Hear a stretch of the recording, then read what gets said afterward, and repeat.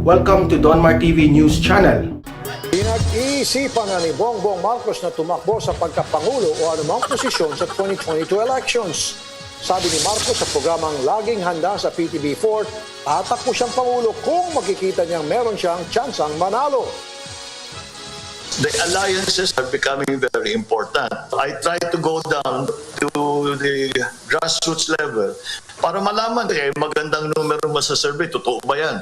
Pero until that is clear, it would be premature to make kind of decision. Naku po. Sumakit ang bangs ko dun. Ay nako. Wag kayo magagalit. Pasensya na ho, pero doon sa prinsipyong kaya ako tatakbo kasi may chance of winning ako. Ano ito, raffle? Hindi, alam mo yon, kaya ka tatakbo, kaya ka tataya kasi may chance kang manalo. Parang medyo sablay ho ata yun. Ano man tatawag natin dyan? Vice President Bongbong Marcos. Pasensya na ho medyo hindi ho maganda ho yung dahilan ninyo ng pagtakbo. Kasi ang akin, eto kung ikaw, mahal mo bayan mo, sa tingin mo may magagawa ka sa bayan mo, tatakbo ka. Whether you win or you lose. Bakit? You believe you can do something for your country na hindi kayang gawin ng iba. Mananalo ka o matatalo ka, you will take chance. Not because mananalo ako. Kasi kung yan ang magiging prinsipyo, di sana tumakbo na si Dolphy noon. Naalala nyo noon, yan yung sinabi ni Dolphy, tinatanong siya, are you going to run yung naghahanap na ng presidente? Ewan ko, inabutan nyo yun. Ang sagot ni Dolphy, ayokong tumakbo, baka manalo ako. Nagigets nyo? Anong ibig sabihin noon? Kasi it's not the winning. It's the principle. Ako ba tatakbo kasi sa tingin ko may magagawa ako sa bayan ko at sa tingin ko yung kaya kong gawin hindi kayang gawin ng iba. Hindi dahil mananalo ako. Kung ganun lang din pala, loto na lang ang gawin natin. Raffle na lang kasi may chance of winning ka. Doon tayo, tataya tayo, sali tayo sa raffle. Bakit? Baka manalo eh. Sa tingin ko may chance ako manalo. Magra-raffle ako. Diba? Nagigets yung ibig ko sabihin? Sabi nito, bakit galit na galit ka? Ayan ang problema Ayan na naman po tayo. May nasaktan na. Nasaan na yun? Nawala na. Sabi niya, bakit galit na galit ka? Ayan, kay BBM. Pero ang dilawan na si Cayetano, pinupush mo. Ayan na naman siya dilawan A man from Manila, define dilawan. Sige nga ho, define dilawan. Yung bang nakasama si Pinoy, yun ho ba ang dilawan? Kasi sigurado ako yan yung sinasabi mo dahil nakasama ni Cayetano noon si Pinoy. Tama, mali. Ang number one dilawan niyan si Pangulong Duterte. Si Pangulong Duterte nakasama rin si Pinoy at that time. Maging si Mayor Sara Duterte, di ba? So dilawan din sila. Paki-explain. Don't just put an argument na you cannot explain or else you will look like...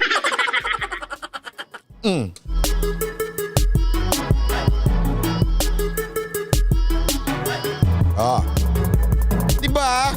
Ito tingnan nyo ito. Tingnan nyo. Sa ibang balita, sa GMA naman ito. Pakita natin yung buong kwento ng GMA. Kasi sa News 5, maikli Ito. Wala nang 2 buwan bago ang pagkain ng mga pagkain. Ay, nakalunok na naman to ng certificate of candidacy para sa eleksyon 2022. Pero marami pa ring personalidad na hindi pa raw tiyak sa pagtakbo.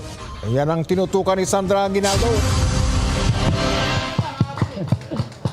Kung may sapat daw siyang suporta, tatakbong Pangulo sa 2022 si dating Senador Bongbong Marcos. Sinabi ito ni Marcos nang maging guest sa Laging Handa public briefing ng Malacanang. I try to go down to the grassroots level para malaman magandang numero mo sa survey, totoo ba yan? Yung mga local leaders, handa ka bang tulungan? Sila ang magdadala ng boto, sila kung sakali man, sila yung magkakasayo. So, if you have all of that, and you feel in context of whatever else is happening na may paraang manalo, that you see a way to win, then that's when you run. That's when you head and run. Pero until that is clear, it will be Pero sigurado ako sasabihin ng iba, hindi ba mautak yon?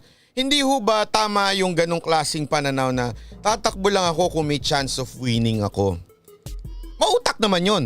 Tama naman kayo. That is a bright and intelligent idea. Okay? Tumakbo ka lang kung may chance kang manalo. Pero for me, that is not a good idea or a good attitude of a person. Sa akin ha, walang pakialaman. Eh di kung ayaw nyo ninyo, sabi ko nga sa inyo, you have a chance to leave the channel. Ha? Ang sa akin, it's not a good attitude. Mas gugustuhin ko pa yung katulad. Huwag kayo magagalit ha, mas gugustuhin ko pa yung lakas ng loob ni Lacson eh. Kahit kulilat ako, lalaban ako! Kasi meron siyang pinipresenta sa tao. Ayaw nyo dilaw, ayaw nyo pula, dito kami. Oh. Sa totoo lang, yun pa yung merong logic. Tama nga naman. Ayaw nyo dilaw, ayaw nyo pula, ayaw nyo ganito. Oh, eto kami, option. Oh, tatakbo kami kahit kulilat kami. Diba? I mean, hindi ko sinasabing gusto ko si Lacson. Okay? Wala ako sinasabing mananalo si Lacson. Wala rin ako sinasabing dapat bang iboto si Lacson. Wala ako sinasabing ganyan. Pero yung reason niya is logical than, o sabihin na natin it's more, sabihin natin good attitude kesa sa tatakbo lang ako kasi pag mananalo ako. Gets nyo ibig ko sabihin? Okay? Pero hindi ko sinasabing iboto si Lacson ha. Ang akin lang, dapat, meron kang kaya ka tatakbo kasi, eto ang dahilan ko. Gusto ko kasing ayusin ito. Eto kasi gusto kong bigay. Eto i-offer ko sa Pilipino kaya ako tatakbo. Ngayon, let the Filipino decide, maniniwala ba kami sa'yo o hindi, di ba? Yun. Pero meron kang advokasya na gusto mong ipinaglalaban mo kaya ka tatakbo. Kesa yung, tanong ko muna sa iba kung mananalo ko, takbo ko. Pag matatalo ko, dili na. Hindi na lang, mga buang kayo. Diba?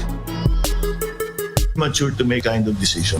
Sa eleksyon, posibleng may parehong Duterte na tatakbo sa dalawang pinakamataas Ayan, sabi ni MC, I think by rason niya lang siguro dahil hinihintay niyang desisyon na si Sara Duterte para di sila magbanggaan. Kung yan pala, bakit di niya sinabing diretsyo? Ako, I will support Sara Duterte. Ganun. If she will not run, then I will present myself to the people. I mean, if you are a true person, if you're a true, mas gustuhin ko na yun. Kaya nga sabi ko nga sa inyo, di ba yung kapal na mukha ni Gordon? Ako, bata pa lang ako, pangarap ko na maging Pangulo. Mas gugustuhin ko pa yung ganun eh. Bakit? Diretsuhan. Wala nang paligoy-ligoy. Hindi yung, depende kasi yan eh. Ano ba eh. Basta ako, intindihin muna natin yung Maynila. Ay, isko na naman, di ba? Yung diretsyo. Ako, inaantay ko desisyon ni... Kasi yung si pangalan nito, yung Gatchalian niya, sinabi niya, tatakbo siya kung magiging standard bearer lang ako ni Mayor Sara. Yun, diretsuhan. Walang paligoy-ligoy. Naiinis kasi, sorry pagpasensya nyo na, naiinis ako sa mga politikong pinaiikot-ikot yung dahilan. Tapos yun din pala yung nasa isip. posisyon. Bukas sa pagtakbo sa pagkapangulo si Davao City Mayor Sara Duterte. Habang sinabi na ng amang si Pangulong Duterte na tatakbo siya sa pagkabise. Nauna nang sinabi ni Mayor Sara na hindi siya pabor sa Duterte-Duterte tandem. Sabi ni Presidential Advisor on Political Affairs Jacinto Paras, But alam mo, at the end of the day, pamilya yan eh. Anak at saka ama. Hindi natin alam kung ano na pag-usapan nila sa loob ng kanilang bahay. Di ba? Yeah. Sabi ni Doresa, basahin natin ha. Sabi ni Doresa, may pakiramdam siya na ayaw daw niya yung ayaw ko daw si BBM. Pero yung mga kasamahan kong vlogger gusto si BBM. Kunik. So dahil gusto nila si BBM, kailangan kong magustuhan? Ganun ho ba yun? Ganun na ho ba tayo ngayon? Dahil may idol tayong vlogger na sinabi niya ganito, hindi ho ba natin kikilatisin yung vlogger na yon? Sa akin, kaya nga paulit-ulit ko sinasabi sa inyo eh, kahit to ako nagsalita, huwag niyo akong paniwalaan. Gago yan si Banat Bay. Mag-research kayo. Yan ang best nyong gawin. Huwag kayong maniwala sa sinasabi ko. Do your research. Kaya wag kayong maniniwala sa kahit sinong vlogger. Maggawa kayo ng sarili ninyong research. Sinabi naman ni Senate President Tito Soto na tuloy na siya sa pagtakbong Vice President. Magpa-file daw siya sa Oktubre ng kandidatura nang walang anumang kondisyon. Ito ay kahit na sa kanyang partidong Nationalist People's Coalition, pumoporma ring tumakbong bise si Senator Sherwin Gatchalian. Bilang chairman ng NPC, si Soto ang pumipirma ng Certificate of Nomination o CONA na kailangan sa pagpa-file ng kandidatura. Kung tutuloy raw si Gatchalian sa pagtakbo, isa lang sa kanila ang mabibigyan ng Certificate of Nomination. Hininga namin ng pahayag si Gatchalian pero wala pa siyang ibinibigay na reaksyon. Dati na niyang sinabi na magbibisi lang siya kay Mayor Sara. Kung hindi raw siya mapipili, hindi na siya tutuloy. Sa kanya naman press conference ngayong araw, sinabi ni Taguig Representative Alan Peter Cayetano na interesado pa rin siya tumakbong presidente o kaya ay kongresista uli sa 2022. Right now, yun ang kinoconsider ko, to run at my same seat sa Congress or to run for president. I'm considering running for president, lalo po. Sandali, meron diktador dito. Meron ditong diktador.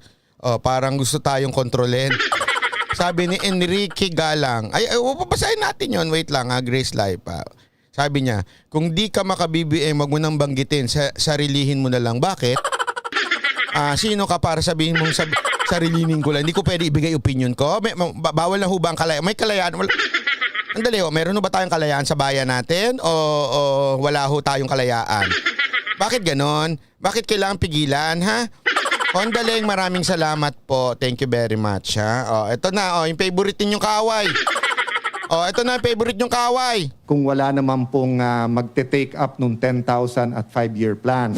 Sinabi naman ng grupong isang bayan. Ang dahilan niya yung kasi ang gusto niya talaga yung 5-year to 10-year plan. Meron siyang ito kasi Cayetano, okay? Meron siyang 5-year to 10-year plan.